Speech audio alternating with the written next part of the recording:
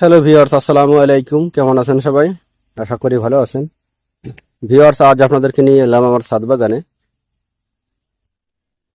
আঙুর গাছ কিভাবে প্রুনিং করবেন এই বিষয়টি শেয়ার করার জন্য। তো ভিউয়ার্স, দেখতে পাচ্ছেন এটি আমি 225 লিটার একটি ড্রামে রোপণ করে দিয়েছি। মিডিয়া হিসেবে দিয়েছি পচা গোবর, মোটা বালি, মাটি এবং চিটা। টানা 8 থেকে 10 দিন বৃষ্টির পরেও দেখতে পাচ্ছেন মাটিটা খুবই স্বাভাবিক, কোনো প্রকার পানি জমে নেই। তো ভিউয়ার্স, বৃষ্টির সিজনে কিন্তু টবে প্রচুর পরিমাণে আগাছা জন্মে, ঘাস, আগাছা, বিভিন্ন সমস্যা। তাই বৃষ্টির সময় গাছের এক্সট্রা কেয়ার করতে হবে, আর এই আগাছাগুলো অবশ্যই পরিষ্কার করে দিবেন। আর এই গাছটি আজ 6 থেকে 7 দিন রোপণ করে দিয়েছি, কিন্তু চোখ মেলতে শুরু করেছে এবং প্রত্যেকটা কুড়ির সাথে কিন্তু আঙুরের থোকা বের হচ্ছে। এটা আপনাদের কাছে শেয়ার করব। তো এই যে একবারে নিচের দিকে যে কুড়িগুলো, এগুলা ভেঙে দিবেন। আমি প্রায় 3 ফিট থেকে 4 ফিট কোনো প্রকার ডালপালা রাখতে চাই না। তো এই দেখতে পাচ্ছেন এগুলা কিন্তু অলরেডি কুড়ি আসতে শুরু করছে।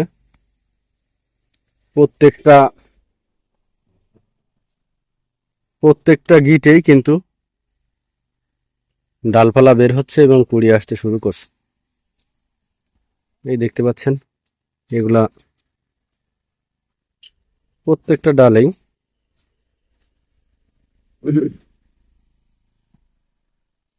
কিন্তু এই যে কুড়ি বের হচ্ছে। কুড়িগুলো মোটামুটি ভাবে বেশ স্বাস্থ্যসম্মত, স্বাস্থ্যবান।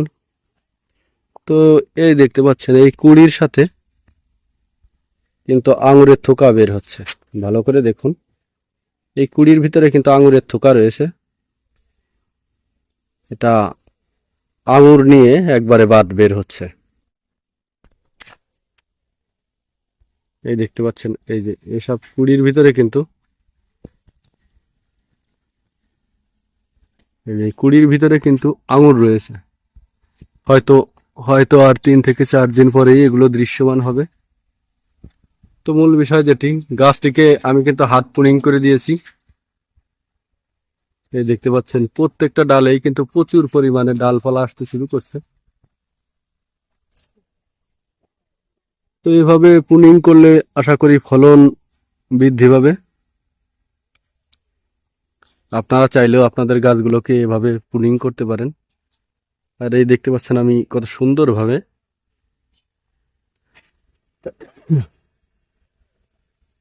আঙুরের জন্য মাচা তৈরি করে দিয়েছি।